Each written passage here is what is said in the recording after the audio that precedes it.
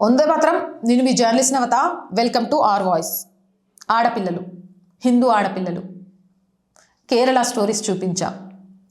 జరుగుతున్న ప్రతి లవ్ జిహాద్కి ఆనవాళ్ళను చూపిస్తున్నాం, సాక్ష్యాలతో చెప్తున్నాం.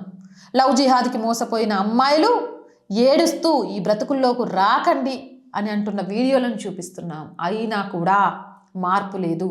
ఎక్కడో ఏదో ఒక చోట ఇలా లవ్ జిహాద్ బారిన పడడం, పెళ్లి తర్వాత 4 గోడల మధ్య ఒక శుభముహూర్తాన జరగాల్సిన కార్యక్రమాన్ని పెళ్లికి ముందే విచ్చలవిడిగా హోటల్స్ రూమ్లోనో ఫ్రెండ్స్ రూమ్లోనో జరిగించుకోవడం, ఆ ఫోటోలు వీడియోలు బయటకు వస్తాయని తెలిసి ఆత్మహత్య చేసుకోవడానికి ప్రయత్నం చేయడం, జిహాదీ గాడి చేతుల్లో మోసపోవడం షరా మామూలుగా మారిపోయింది.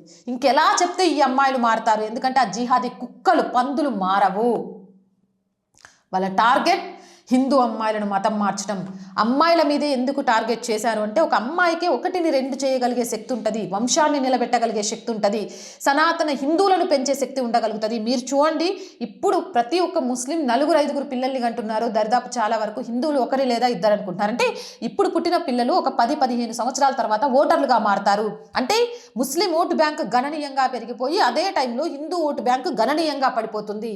అలా జరగడం వల్ల ఈ దేశం ఇస్లామిక్ కంట్రీగా మార్చాలనే వాళ్ళ కుట్రకు ఈజీగా ఒక దారి దొరుకుతుంది. ఇప్పుడు ఇదంతా ఎందుకు చెప్తున్నానంటే, ఉత్తరప్రదేశ్ రాజధాని లక్నోలో ప్రతిష్టాత్మక కింగ్ జార్జ్ మెడికల్ యూనివర్సిటీలో ఒక దిగ్భ్రాంతికర ఘటన వెలుగులోకి వచ్చింది. ప్రాణాలు కాపాడాల్సిన వైద్య వృత్తిలో ఉండి తోటి మహిళా డాక్టర్ని మతం మార్చుకోవాలని వేధించిన ఉదాంతం కలకలం రేపుతోంది. పెళ్లి పేరుతో నమ్మించి ఆపై మతం మారాలని ఒత్తిడి చేయడంతో ఆ మహిళా డాక్టర్ ఆత్మహత్యకు ప్రయత్నించింది.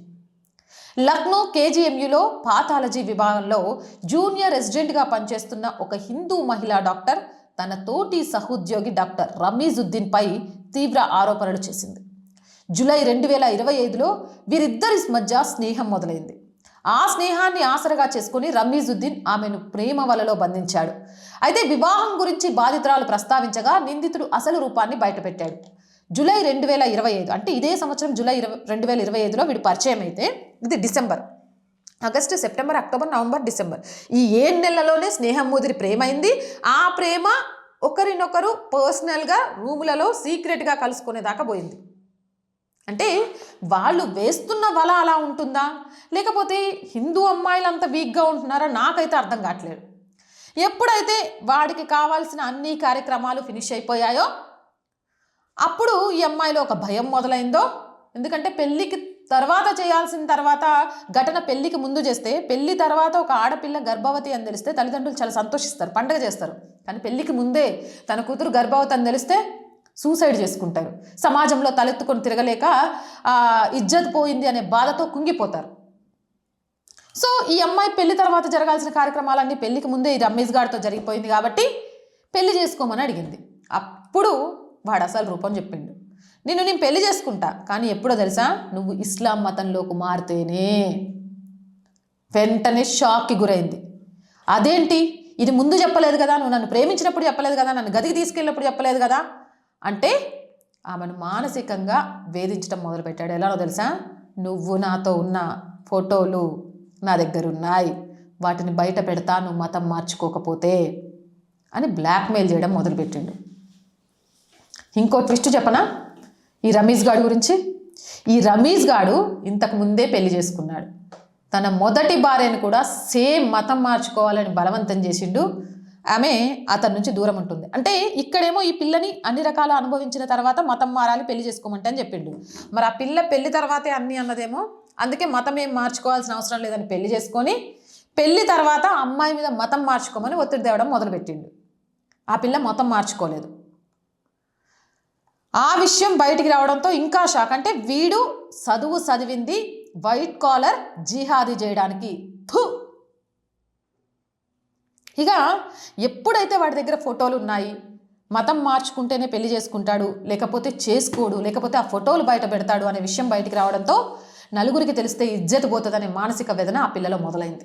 డిసెంబర్ 17న తన హాస్టల్ గదిలో నిద్ర మాత్రలు మింగి ఆత్మహత్యకు ప్రయత్నించింది. ఈ విషయం పక్కనున్న తోటి పిల్లలు చూసి వెంటనే అమ్మాయిని హాస్పిటల్కి తీసుకెళ్లారు. ఇది తెలియగానే విశ్వ హిందూ పరిషత్తు, బజరంగ దళ కార్యకర్తలు కేజీఎంయూ క్యాంపస్లో భారీ నిరసనలు చేశారు. నిందితుడిని కఠినంగా శిక్షించాలని డిమాండ్ చేశారు. ఈ ఘటనపై స్పందించిన ఉత్తరప్రదేశ్ మహిళా commissioner vice chairperson Aparna Yadav ఇది లవ్ జిహాద్లో భాగమేనని చెప్పారు. కేజీఎంయూ యాజమాన్యం డాక్టర్ రమీదుద్దీన్ని తక్షణమే సస్పెండ్ చేసింది. విశాఖ కమిటీ ద్వారా సమగ్ర విచారణకు ఆదేశించింది. నిందితుడిపై యూపీ మత మార్పిడి నిషేధ చట్టం కింద పోలీసులు ఎఫ్ఐఆర్ నమోదు చేశారు. ప్రస్తుతం బాధితురాలు ప్రాణాపాయం నుంచి బయటపడి కోలుకుంటుంది.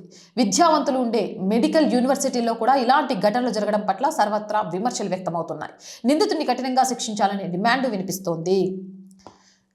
ఆడపోరగాళ్ళు ముందే విశ్వ హిందూ పరిషత్తుల్లో, బజరంగ దళంలో, లేకపోతే హిందూ సంస్థల వాళ్ళు వచ్చి అమ్మా ఇలాంటి జిహాదీ ముఖం మీ పక్కనే ఉంటుంది, సో జాగ్రత్తగా ఉండండి, అలాంటి వాడితో స్నేహం చేసేటప్పుడు అంటే అలా మాటలు వినబడవు.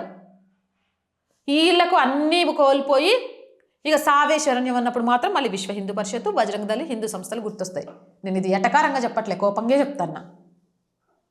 మారండి. ఎవరితో స్నేహం చేస్తున్నాం, ఎందుకు స్నేహం చేస్తున్నాం, ఆ స్నేహం మీరు సస్తే చచ్చిండ్రు, మిమ్మల్ని కని మోసి మీ సుఖం కోసం వాళ్ళ జీవితాలను పొద్దున్నుంచి సాయంత్రం దాకా యాంత్రికంగా చేసుకొని వాళ్ళు కడుపు నిండా తింటారో లేదో కానీ మీకు కొత్త బట్టలు వేసే తల్లిదండ్రులు వాళ్ళని కూడా నాశనం చేస్తోంది. గమనించండి. ఇంతకంటే నాకేం చెప్పాలో అర్థం కావట్లేదు. ఇలాంటి జిహాదీగాళ్ళు అంతమైపోవాలి, నాశనం అయిపోవాలని ఆ భగవంతుని కోరుకోవడం తప్ప. మరి మీరేమంటారు? మీ అభిప్రాయం ఏంది? కామెంట్ సెక్షన్లో పెట్టండి. మోర్ వీడియోస్ కోసం ఛానల్ వెంటనే సబ్స్క్రైబ్ చేయండి. అండ్ చాలామంది రోజు చెప్తుందేనండి, ఆర్ వాయిస్ పొలిటికల్ రెండు మన ఛానల్సే. So please subscribe our channels. Content బాగుంది అనిపిస్తే లైక్ చేయండి, షేర్ చేయండి. అండ్ ఆర్ వాయిస్లో మంచి కంటెంట్ వస్తుంది. ఈ కంటెంట్ మాకు చాలా అవసరం, ఆర్ వాయిస్ డెవలప్ అవ్వాలి అనుకుంటున్నామని ఆశించే వాళ్ళు ఆర్థికంగా ఆర్ వాయిస్కి చేతనందించాలి అంటే సబ్స్క్రిప్షన్ పక్కనే జాయిన్ అనే బటన్ ఉంది. 1 to 5 లెవెల్స్ ఉన్నాయి. ఏదో ఒక లెవెల్లో సపోర్ట్ చేయండి. లేదా స్క్రీన్ మీద గూగుల్ పే, ఫోన్పేతో పాటు అకౌంట్ డీటెయిల్స్ ఉన్నాయి. మీకు తోచిన సహాయాన్ని అందించండి. వ్యాపార ప్రకటనల కోసం 8328500576 నెంబర్ని సంప్రదించండి. జై హింద్, జై భారత్.